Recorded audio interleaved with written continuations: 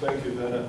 I'm just going to try and give a brief rundown of some of the issues in Chapter 6 of the report. You'll see Chapter 6 is entitled The Athlete's Biological Passport in our report, if you've got a copy.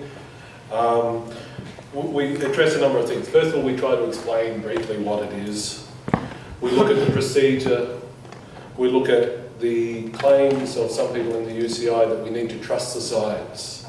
Then we turn to some legal issues, the standard of proof, what is the standard of proof, and what's importantly, what needs to be proven, and then the role of the expert. This is sort of, I think, the crucial area that needs reform in the whole biological passport procedure. The other thing that will probably come up in the discussion is whether or not the biological passport can be used for some sort of no-start rule. In the way that the old 50% hematocrit test was used as a no-start rule and people were arrested for 15 days. The beauty of the biological passport, if it works properly, is that we could actually, rather than having a 50% rule that applies to everybody and everybody having different natural hematocrit levels, the biological passport might be able to operate in a more individualised, personalised way. Anyway, if you've got the report, you can see from about page 90 onwards, we've set out 10 steps in the whole process. Those 10 steps I've tried to condense here into 4 steps. The first is that the testing is done, and the tests are undertaken and they're uploaded into the ADAMS system, the Anti-Doping Administration and Management System. The first analysis occurs in the Lausanne laboratory, where the results and profiles are fed into what is called the Athlete's Biological Passport software. Until recently, this was publicly available. We tried to obtain a copy, but it seems like just before we asked, it was withdrawn from being publicly available. For me, the Lausanne end of it, this APB software, or ABP software, is a black box. And in our report, I've sort of treated it like a black box because I never did maths past year 8 at school. And as soon as I'm confronted with numbers and statistics, my mind turns off. But I've tried, because of the request of the writers in this report, to try and put this whole thing into perspective.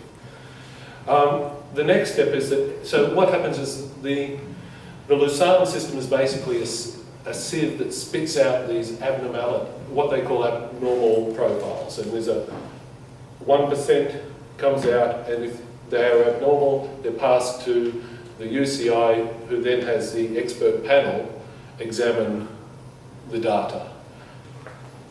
The panel undertakes a review, and then it's required at the moment to make one of these 2 statements.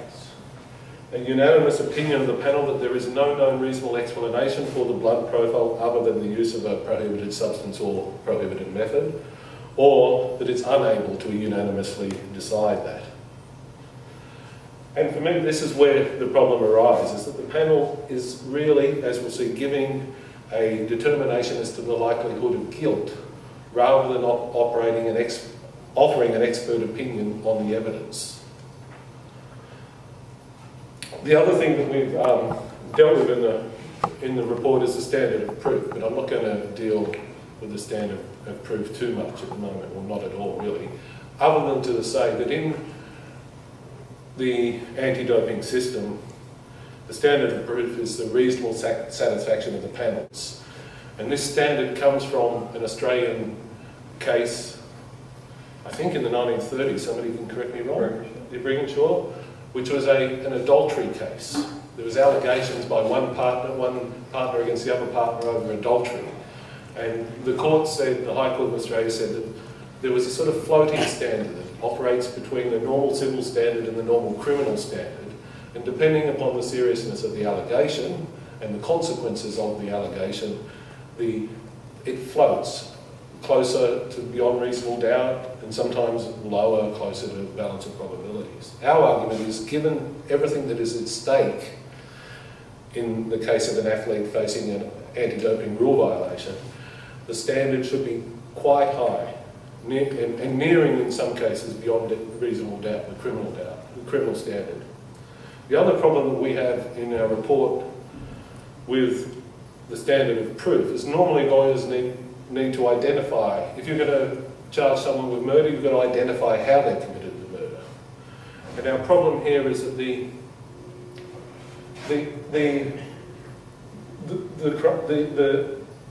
violation is one of using a prohibited method. This is what in general terms, what Passport seeks to detect. And you can see that the method is broken up in method 1, there's method 2, method 3. What we're worried about is method 1. Method 1 refers to different things, and I've sort of broken them up into the first paragraph, blood doping, blah, blah, blah, is either transfusions or EPO or SERA, these sorts of things. And then the second paragraph is the PFCs and these sorts of things, which aren't as common. My argument is that the prosecution, if I can call it that, needs to point to EPO use or a transfusion. It can't just say it's blood doping, global, we don't know what it is, we just say blood doping. That's one.